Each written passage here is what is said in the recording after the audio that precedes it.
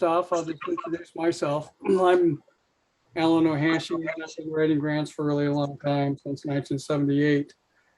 And for grants for just about everything from water projects to domestic violence programs, social service programs. And then for the smallest thing I ever wrote was smallest grant I ever wrote was a $500 grant for a community garden. And mostly what I do is write some funding applications for my work now, which I'm a writer and I make movies. So I do arts grants mostly. What caused me to keep doing what I was doing? Well, first off, I was just right out of college and I didn't have a job. And so the first job I got was to work for a local city government. And my job was to write grants. And I didn't know hardly anything about local government, let alone funding for local government. And so I was just kind of tossed into it randomly. And most recently, I was, I'm for all practical purposes, I don't work anymore. I just, do writing and make movies, which is sort of work, but not strenuous work. And I was laid off a couple jobs back in the mid 2000s, and I collected unemployment insurance, and they told me that I should try doing something I've always wanted to do. And so that ended up being working in television and working in movies and writing books. And so I started up a nonprofit group called Boulder Community Media, and it's all funded by grants and self-generated revenue back, and that's been going on for 15 years, and I haven't looked back. So in addition to that, I have quite a bit of other nonprofit experience. I sit on the boards of directors for a number of organizations, national to local, so I kind of have an idea about the nonprofit world. The fastest way to raise money for a nonprofit is to ask people for it. And that's the most reliable, and you have the highest percentage of success is just asking people for money. And how you do that, there are lots of different ways to do that. The worst way to do it is by email. And the next worst way of doing it is by letter. And a better way to raise money by talking to people is by the phone. And the best way of raising money from people is through talking to them face to face. There's a high level of certainty that you're going to get something from a person who you ask.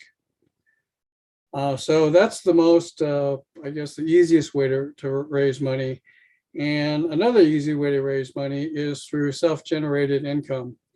It's also reliable, and it takes quite a bit of time and effort. And if you run a community garden, you know kind of what it's like, to what it goes into getting people to sign up for their plots and to be sure that they maintain them and that sort of stuff. And so that's kind of a medium range way of raising money. And those are also in addition to maybe what you do, or you have events like bake sales, or some places have, parties, and they have conferences. They, and if you listen to public radio, you can donate your junk car, and that can get converted into cash. And kind of the downside of self-generated income mechanisms like those is they're very time consuming, because if you're going to do a bake sale, we'll use that as an example. You have to find someone to bake the food, and you have to have them, they have to go and buy the flour and buy the sugar and buy the eggs and make the cookies and get in their car and take the cookies over to where the bake sale is going to be. And so those can be a bit time consuming for the amount of money that you raise out of it. And so those kind of activities are often best for like donor acquisition, like you're trying to get people to sign up for your group. And for instance, in the case of your organization for premature babies, maybe you'll have an activity that you're trying to find people who are interested in your particular topic, and you'll use an event to attract people, so you'll be able to contact them later. This is the next slide I'll talk about here, and that would be the care and feeding of your people. So the idea is, it doesn't matter if you're writing a grant or if you're asking people for funds or doing an event, you have to take care of the people with whom you're getting to meet. And so when you seek out people to help out on with your organization, for instance, whoever would be sitting at your bake sale tables, you want to develop a list of people who might be knowledgeable about your organization, might be helpful to you as you move along. So you might want to ask people to participate. You may not ask them for money right off, but you might ask them to help out at your bake sale. Maybe one of your moms who has a premature baby. Well, maybe she's a local bank president. Maybe she's on the Chamber of Commerce. Maybe she's a member of a local foundation board. Maybe she's a prominent business person. So maybe trying to cultivate people who you already know to bring them into your organization. And so once they're hooked on your group, you'll ask them maybe to donate $10. And pretty soon they're going to say, yeah, here's $10, but you're still going to have that bake sale next year. I want to help out again. So maybe eventually they'll end up being the chair of the bake sale committee. And then they'll up their donation by a few dollars. And after that, maybe they'd end up being a good board member, and then they'll make their donation up to $100. So before you know it, you will have been written into their will and you'll own their house. And there's another aspect to fundraising that there's like basically the 3 ways to get money for your organization. One is to ask people for it. Another way is to generate the money yourself. And the third way is through grants and sponsorships. And so this is where you're always trying to develop relationships with potential funders, be they volunteers in your organization who helps out on the bake sales. Maybe you invite them to coffee and discuss your organization with them. But of all the ways to raise money, grants and sponsorships, they're the least reliable, and they ultimately end up being the smallest percent of your fundraising portfolio. So you have to have some grants and some sponsorships, and you'll have some medium-sized donors. But what your main fundraising is going to happen by asking a whole bunch of people for small amounts of money. When we talk about sponsorships and grants, we're talking about talking to in your community. I imagine in Terre Haute there is maybe a community foundation there. Maybe there's an Indiana State Foundation. Maybe there is a local trust fund. Maybe there was a prominent family in Terre Haute that had that set up a foundation. And then, of course, for sponsorships of your events and activities, a good place to go for those would be to local businesses. And since you deal with healthcare, maybe there's a healthcare facility or a doctor's office or pediatricians or other kinds of obstetricians who might be interested in your organization. And since you're also dealing with community gardens, those often take place on public lands, like a little corner of a park, or maybe it's in the backyard of a low-cost housing development that's operated by a housing authority. There are ways that you can partner up with public entities. The main downside of grants and sponsorships is that they're kind of time consuming because you do end up doing a lot of waiting around. Usually you turn a grant in on a certain day, and it's not until several months often before you find out whether or not you were successful in the grant. This is where creating the relationship is good, so you can have an easy mechanism to bounce your ideas off of other people.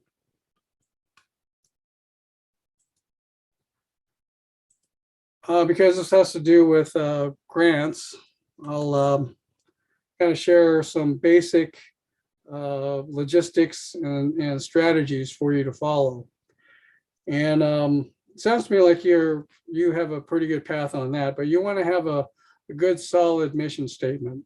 For example, you do something to help families with premature babies, and you have a community garden that you possibly, I don't know, empower people to learn how to grow things and maybe take care of part of their health, their food needs.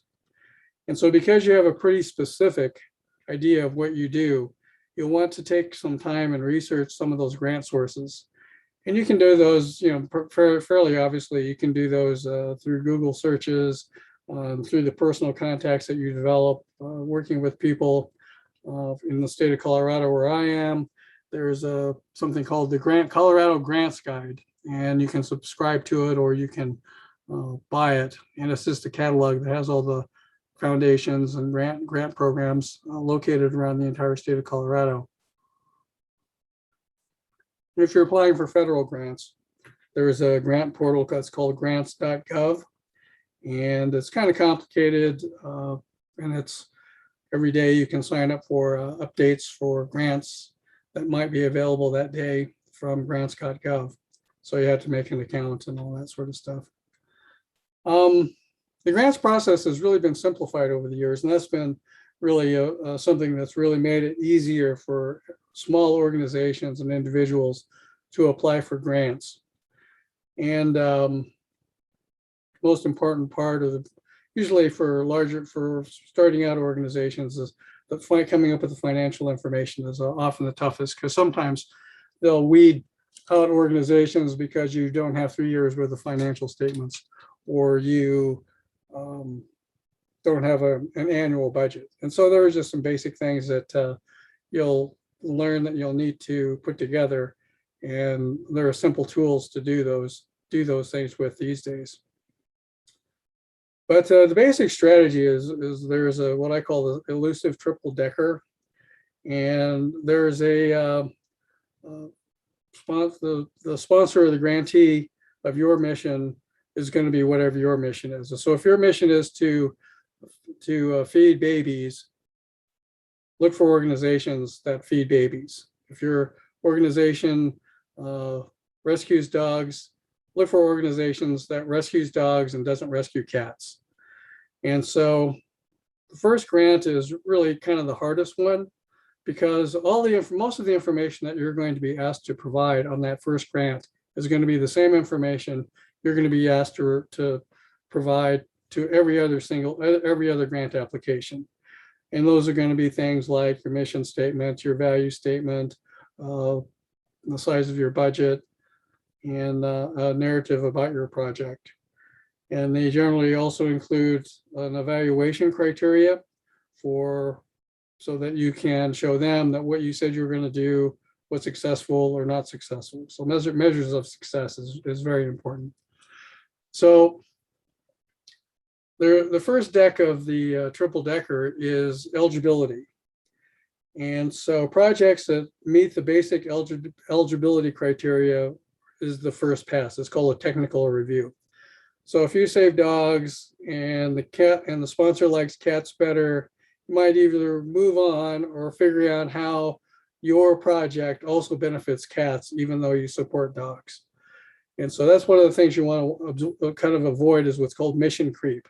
By just chasing money just for the sake of chasing the money, even though it's not something that you do and you're going to expand your program to do something that you're not used to doing, therefore adding on costs with no hope of any long-term sustainability of the new program that you're adding, saving cats.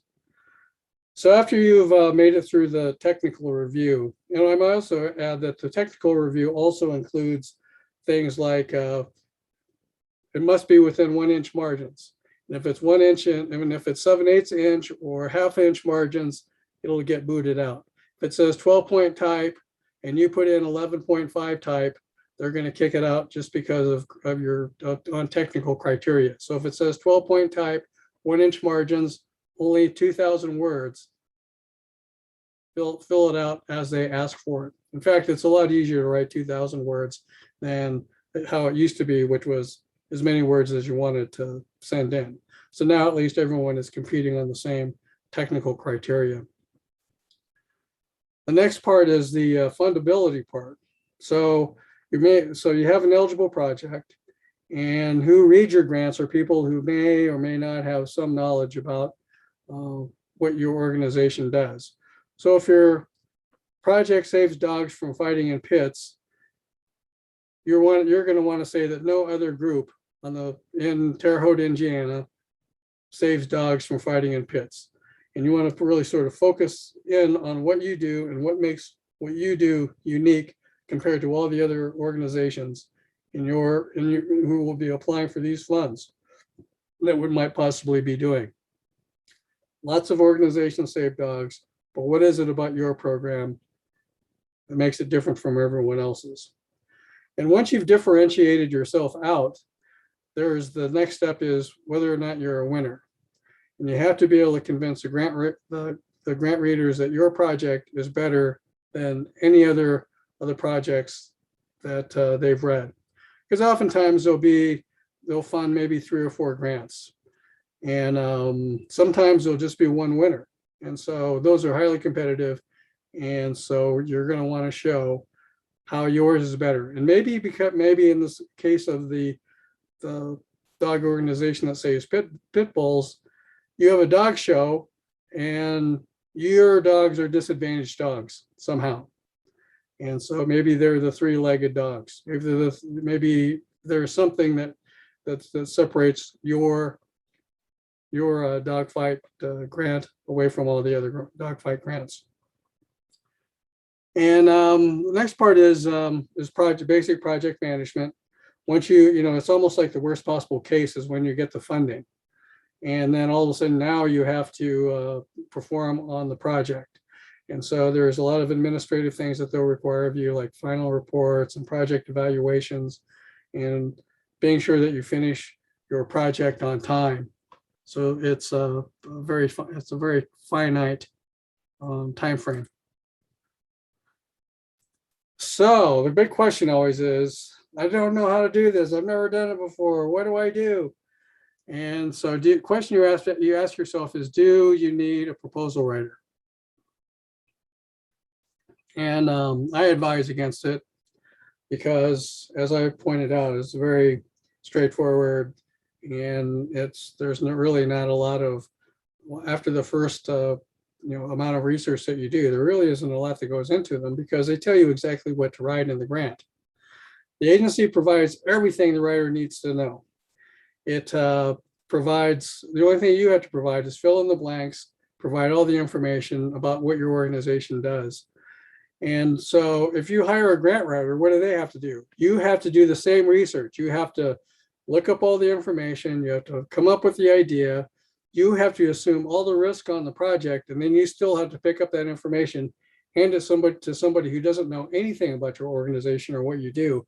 And they have to take all this time to educate themselves when, in fact, you're the only one who knows about your organization. You know the best about your organization. It's your idea, and it's your project that you've come up with to solve the problem that your organization is trying to solve. And on top of it all, you have to accept in the money and then pay it back out to somebody, and not knowing whether or not you're going to get the funds or not, because of the highly competitive nature of grants, A, and B, the amount of time it takes to put into it. So you can oftentimes fork out, for a $2,000 grant, $500 or $600 for someone to put that information together. So the benefit of having a grant writer is they do have some expertise and knowledge possibly about grant sources, and they might have a track record of success. But in order to obtain those benefits from a grant writer, you have to pay for it. So I think the risks outweigh the benefits on grants because you have to buy services. People charge anywhere from $50 to $100. Contractors are paid on an hourly basis, whether or not or a contract basis, whether they were successful in obtaining a grant or not. And generally speaking, it takes the same amount of money to write a $1,000 grant as it does to write a $20,000 grant. And so, for example, this one I just wrote last week that caused me to say, oh, I still know how to do this. That was a $2,500 grant, and it took me about 3 hours to do it. And it was very templated. There was a little space about this big where I had to write in what the project was about, sent it in, and sure enough, last week it got funded. And so if I'm writing that same grant, but only to an organization that's going to give me possibly $15,000, which I'm going to do in April, I'm going to use that same format, and the money is going to be, it's going to be almost 100% grant for the organization and for the project. So when hiring consultants to write grants, oftentimes the only one who makes money from the grant is the consultant. So my suggestion is that you just do it yourself. Find one that you can do. It's not as scary as you think it is. And it's, here I wrote down, as long as you have to provide all the information to the grant writer, you just come up with the information yourself. If you've already done that, then you should be able to go find an application, plug that information in, qualify yourself, and hit the submit button. So I'm going to give you, these are my basic 3 trade secrets. I put down 2 trade secrets. I have 3 trade secrets. And I use this on all my projects. They all look the same. And I use a bit of hyperbole. So not only are there starving children in the world, there are more starving children than any place in my location. And there are many groups out there feeding starving children, but nobody does it better than we do. And so it's really a matter of being resourceful, but at the same time, tooting your own horn about what a great job your organization does, because everyone is going to say that their organization is better than any other organization. The fact is, if you don't apply for those grant funds, there's going to be some other group out there applying for them, and you're not even going to have a chance. So at least give yourself a chance and apply for grants. And you're going to find that your success rate is going to be higher than you might think. My success rate since 1978 or whenever it was is close to 100% on, I don't know how many grants I've written, but close to 100%. That's because I follow the triple decker. I find out whether or not it's eligible. I make a fundable project, and I make sure that my fundable project is way different than anyone else's and achieves the same amount of results. The next part is generally something that's a little bit of a mystery to not just grant writers, but to nonprofit organizations, is that of evaluation. All grant programs, if you're taking money from somebody, they want to know what you're spending the money on. In some cases, this could even be a donor.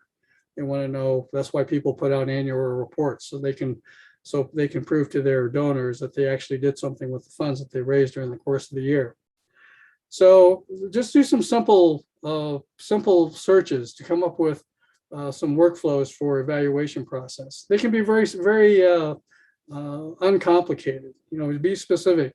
So, like if you're sponsoring an event, how many butts are you putting in the seats? Did you do a little survey? Did I, at the beginning, maybe you give a survey before and ask them about their knowledge levels. After that event is done, did you learn anything? So in the event of feeding babies, how many babies did you propose to feed, and did you actually feed that number of babies? So just sort of before and after. That's a very simple evaluation process. And the beginning mark. And so you'll want to establish some kind of baseline for where you're going to start. Well, right now we're doing 25 babies, and at the end of the project, we're going to double the amount of babies who we're feeding. So you want to have a way to show change. And organizational intervention. So you might want to collaborate with other groups, and I'm going to talk about that in the next section here, but maybe you, in collaboration with a food store and the Homeless Coalition, not only did you provide meals, but you also provided job training to families. So maybe that would be something that you would add on to your project to make it a little bit different than something else, as long as it's not mission creep. And the second aspect is the outcome. As a result of the money that you receive from this grant program, you were only able to feed 30, but we did train families, 60 families. So we ended up doing more than we suggested, but not as much as we had anticipated on feeding babies. So the third trade secret is I always emphasize multidisciplinary approaches. All organizations, I don't care who you are or which organization is, there's some other organization that you're working with, or you're relying on them for support, or another organization is relying you on support. You really want to emphasize those collaborations and how you're complementing one another's mission. So it gives the feeling that you're not duplicating things, you're sharing resources, and moving towards your common mission. And so when you use the multidisciplinary approach, what that does is it enables groups that are similar and maybe different, but then moving towards different looks or different approaches to the same problem, and ultimately to a path of organizational sustainability for yourself. So that's what I have to present to you. Do you have any questions, or do you have specific to your organization?